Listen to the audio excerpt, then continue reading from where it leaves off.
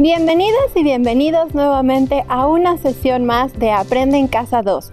Mi nombre es Lourdes de Santos Arellano. Soy profesora de Historia, maestra en las Escuelas Secundarias Técnicas número 41 y 71. Yo soy Enrique Rodal. Muchas gracias por acompañarnos hoy.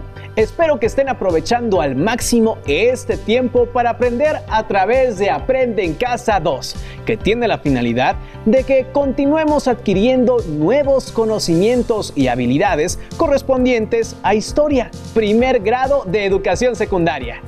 Recuerden mantener la sana distancia, usar correctamente el cubrebocas y lavarse constantemente las manos con agua y jabón durante 20 segundos. Al cuidarse ustedes, nos cuidamos todos.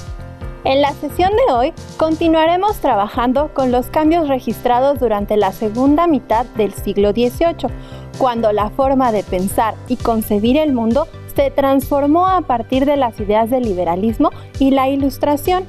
Nuestro propósito hoy será valorar la importancia de las ideas del liberalismo y su influencia en los ámbitos político, económico y social.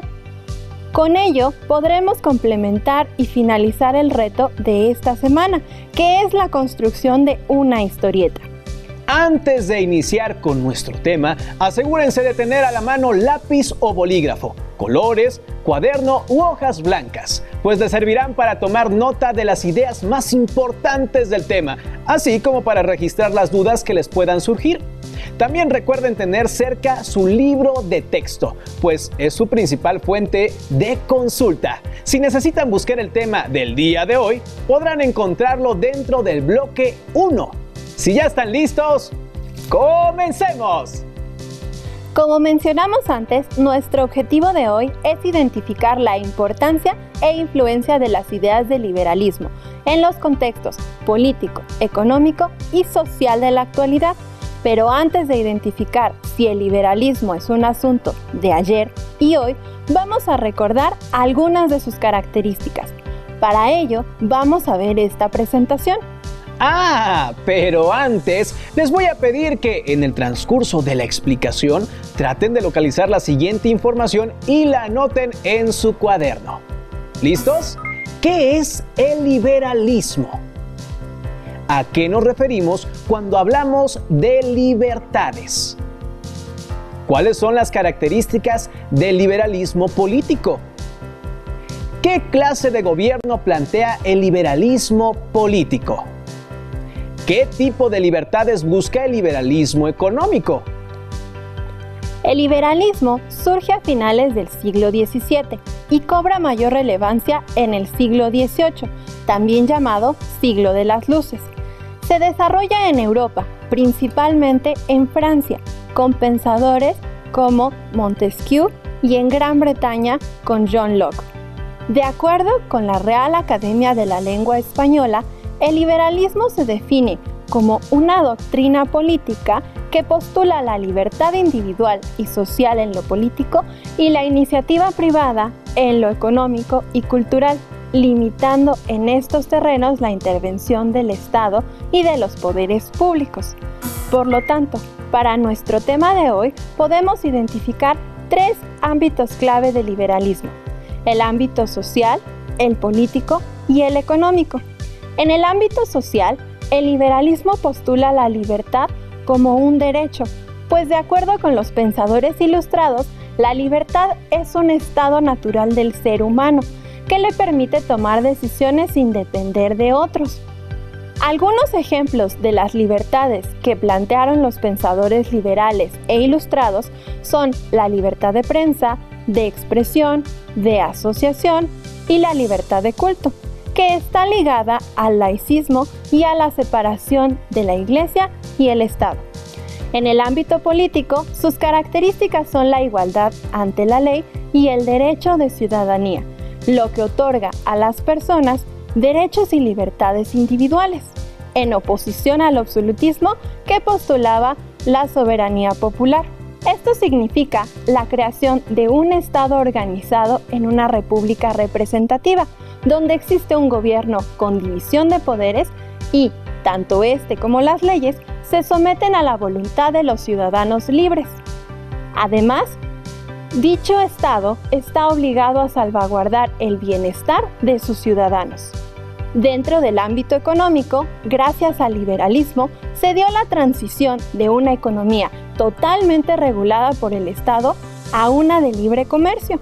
Sus principales características son el fomento a la propiedad privada, la libertad de comercio y la reducción de las regulaciones impuestas por los gobiernos, lo cual sentaría las bases del capitalismo. Muchos de los aspectos que mencionamos en la presentación se parecen a situaciones que están presentes en nuestras sociedades actuales. ¿No es así? Así es.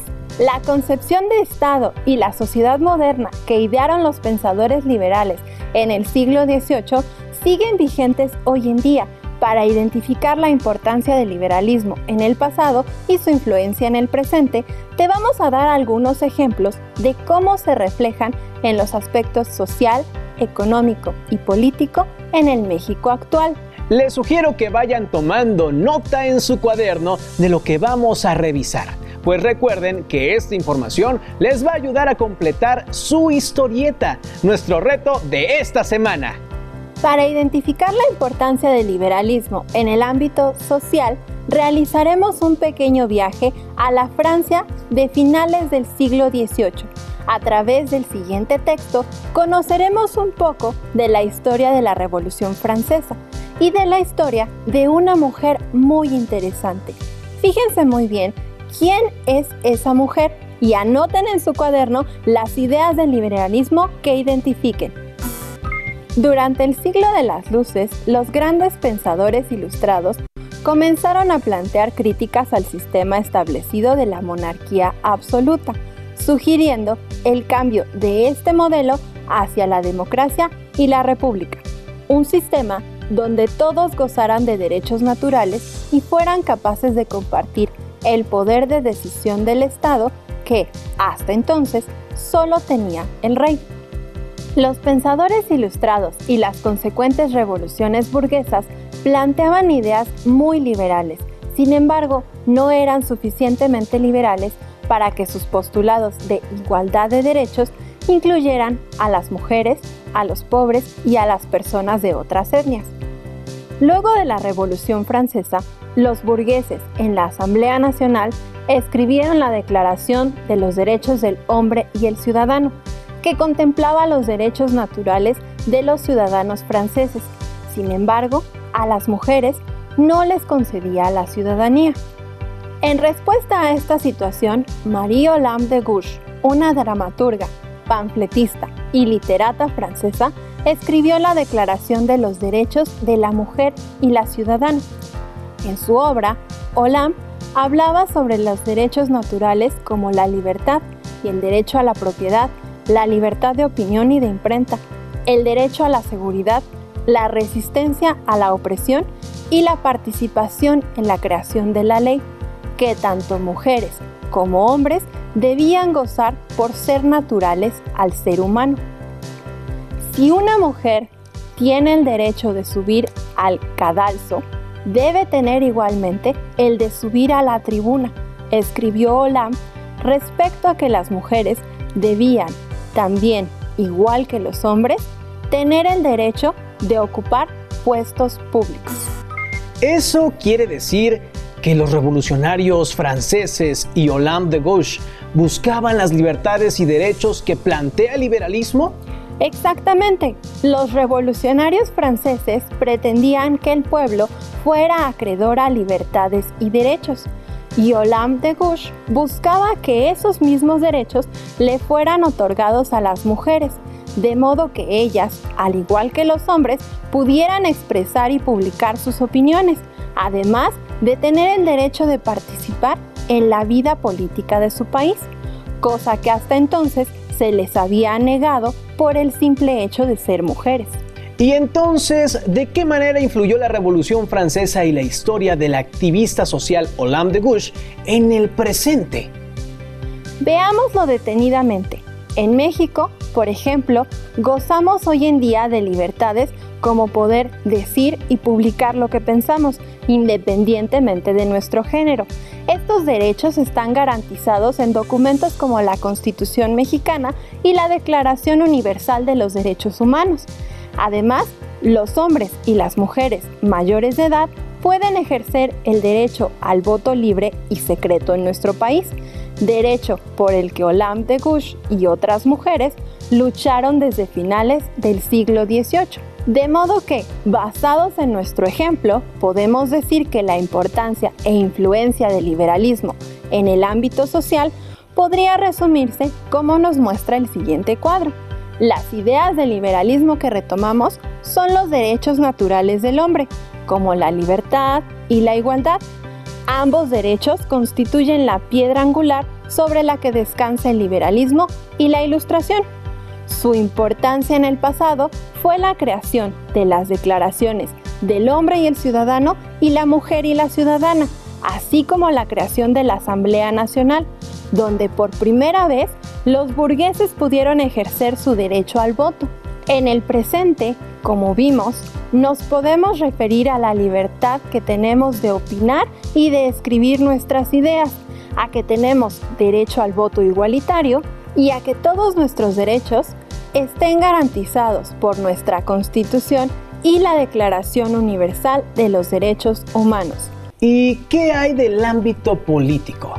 Para el ámbito político, realicemos la lectura de algunos fragmentos de la Declaración de Independencia de los Estados Unidos de América. De nuevo, traten de identificar las ideas liberales conforme realicemos la lectura. Procuren anotarlas para no perder de vista ninguna.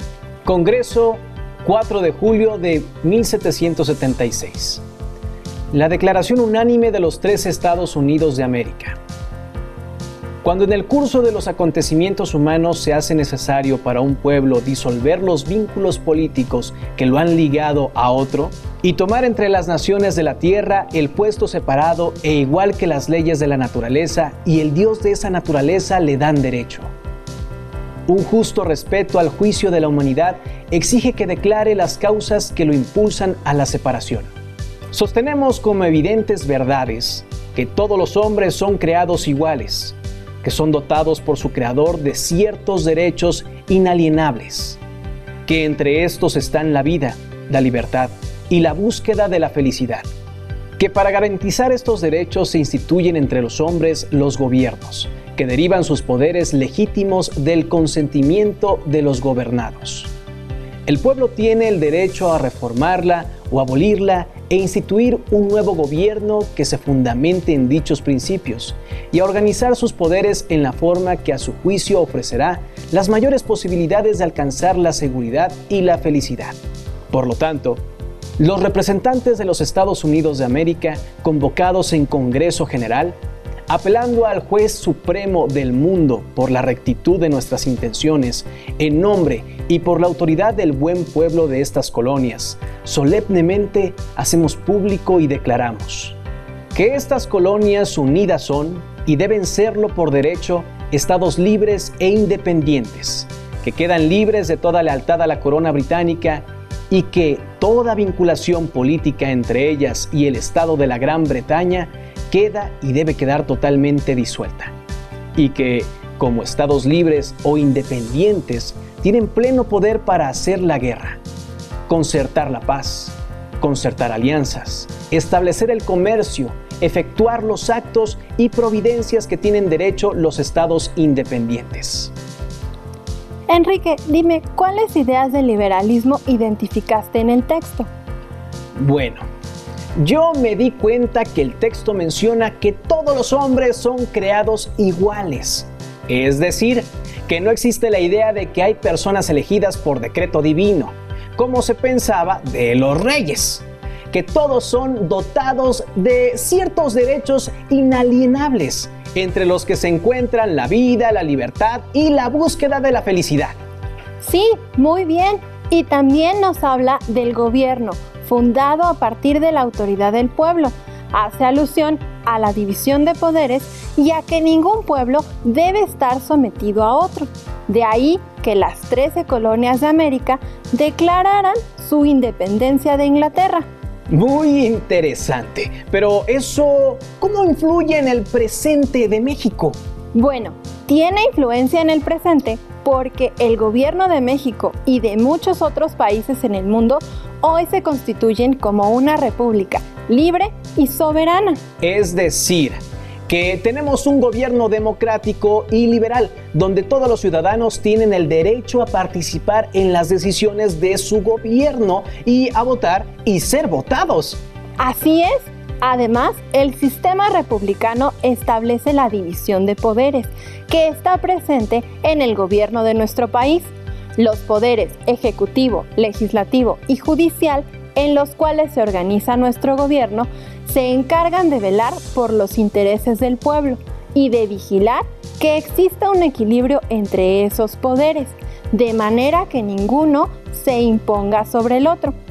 Y lo más importante es que hoy en México, todos los ciudadanos mexicanos desde nuestro nacimiento gozamos con los mismos derechos y libertades. De hecho, la Constitución de 1857 se basó en algunos de los principios de la Declaración de Independencia de los Estados Unidos de América, a la que dimos lectura. Para muestra, un botón. Escuchen con atención. Constitución Política de la República Mexicana, sobre la indestructible base de su legítima independencia, proclamada el día 16 de septiembre de 1810 y consumada el 27 de septiembre de 1824. Título primero, sección primera, de los derechos del hombre. Artículo primero. El pueblo mexicano reconoce que los derechos del hombre son la base y el objeto de las instituciones sociales. Artículo segundo. En la República, todos nacen libres. Los esclavos que pisen el territorio nacional recobrarán por ese solo hecho su libertad y tienen derecho a la protección de las leyes. Artículo tercero. La enseñanza es libre. Artículo cuarto. Todo hombre es libre para abrazar la profesión, industria o trabajo que le acomode, siendo útil y honesto. Artículo quinto. Nadie puede ser obligado a prestar trabajos personales sin la justa retribución y sin su pleno consentimiento. Artículo sexto. La manifestación de las ideas no puede ser objeto de ninguna inquisición judicial o administrativa, sino en el caso de que ataque la moral, los derechos de tercero, provoque a algún crimen o delito o perturbe el orden público. Artículo séptimo. Es inviolable la libertad de escribir y publicar escritos sobre cualquier materia. Ninguna ley ni autoridad puede establecer la previa censura, ni exigir fianza a los autores o impresores, ni coartar la libertad de imprenta, que no tiene más límites que el respeto a la vida privada, a la moral y a la paz pública. Artículo 12. No hay ni se reconocen en la República títulos de nobleza, ni prerrogativas, ni honores hereditarios. Artículo 16. Nadie puede ser molestado en su persona, familia, domicilio, papeles y posesiones, sino en virtud de mandamiento escrito de la autoridad competente. Ya pude identificar muy bien las coincidencias entre las ideas liberales, la Declaración de Independencia de los Estados Unidos de América y la Constitución de 1857. Podemos sintetizarlo en un cuadro para que a todos nos quede más clara la influencia del liberalismo político. Por supuesto, nos quedaría de la siguiente forma. En este caso, la idea sería mediante el gobierno republicano y la división de poderes. Su importancia en el pasado consistió en alentar las ideas de libertad e independencia de las colonias inglesas y españolas en América, mientras que su influencia en el presente se encuentra en que México es un país republicano gobernado por los poderes ejecutivo, legislativo y judicial, donde los ciudadanos pueden participar en el ámbito político al votar y ser votados. Entonces, sin las ideas liberales, hoy en México las personas no gozaríamos de derechos y libertades que nos permiten participar en la organización del país y expresar libremente nuestras ideas. Así es, y si han estado poniendo atención, tenemos un ámbito más por revisar el día de hoy. Claro, faltaría hablar del ámbito económico. ¿Cuál podría ser la importancia e influencia del liberalismo en ese ámbito? Bueno, como recordarán, en la sesión pasada vimos que el liberalismo económico surgió del libro La riqueza de las naciones, escrito por Adam Smith, ya que en el siglo XVIII las monarquías europeas ejercían una excesiva intervención económica sobre el comercio. Y esas medidas afectaban a los burgueses, que tenían que pagar más impuestos a sus gobiernos y no podían comerciar con otros países. También les recuerdo que fueron precisamente los burgueses quienes fomentaron la expansión del liberalismo por toda Europa y luego en América. Sí, y especialmente difundieron el liberalismo económico, que postulaba el derecho a la propiedad privada, el libre comercio y la reducción de las regulaciones e intervención de los gobiernos en la economía. ¿Esas medidas beneficiaron a la burguesía? Para averiguarlo, les propongo que observemos algunas imágenes de los burgueses a lo largo del tiempo. En cada una de ellas vamos a fijarnos muy bien en la ropa que llevan, en las actividades que realizan, en los objetos a su alrededor y en general a las situaciones en las que se encuentran. Todo ello con el propósito de identificar cómo era y es su vida y si el liberalismo implantado a partir del siglo XVIII les benefició o no. Para que les sea más fácil recordarlo después, pueden anotar en su cuaderno los descubrimientos que vayan haciendo. Nuestra primera imagen es una pintura de 1514 del Renacimiento flamenco, antes de la época del liberalismo, y se llama El cambista y su mujer. La segunda imagen se llama El diputado de la Convención Michel Gerard y su familia. Es una pintura realizada en Francia en la segunda mitad del siglo XVIII, el siglo del liberalismo. A mediados del siglo XIX ya había fotografías, por eso nuestra tercera imagen, que pertenece a ese siglo, nos muestran las fotos de los hermanos Pereire, integrantes de una familia francesa que fue dueña de bancos, ferrocarriles, periódicos, entre otros negocios. En la cuarta imagen podemos observar a Henry Ford II, el nieto del fundador de la compañía de autos Ford. La foto es de la segunda mitad del siglo XX. Enrique, ¿qué notaste sobre la forma de vida de los burgueses a lo largo de nuestras imágenes? En general, noté que los burgueses usaban ropa fina y vivían cómodamente y cada vez con más lujos, especialmente a partir de la imagen del siglo XVIII. Creo que se nota una diferencia entre la forma en que viven los burgueses y el resto de la población.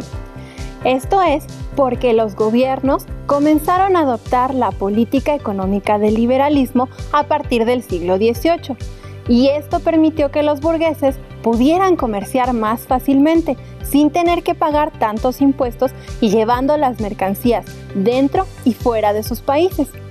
Por ejemplo, España en esa época comenzó a permitir que países como Inglaterra y Francia comerciaran sus productos en sus colonias en América, entre ellas la Nueva España, es decir, comenzó a existir un libre comercio.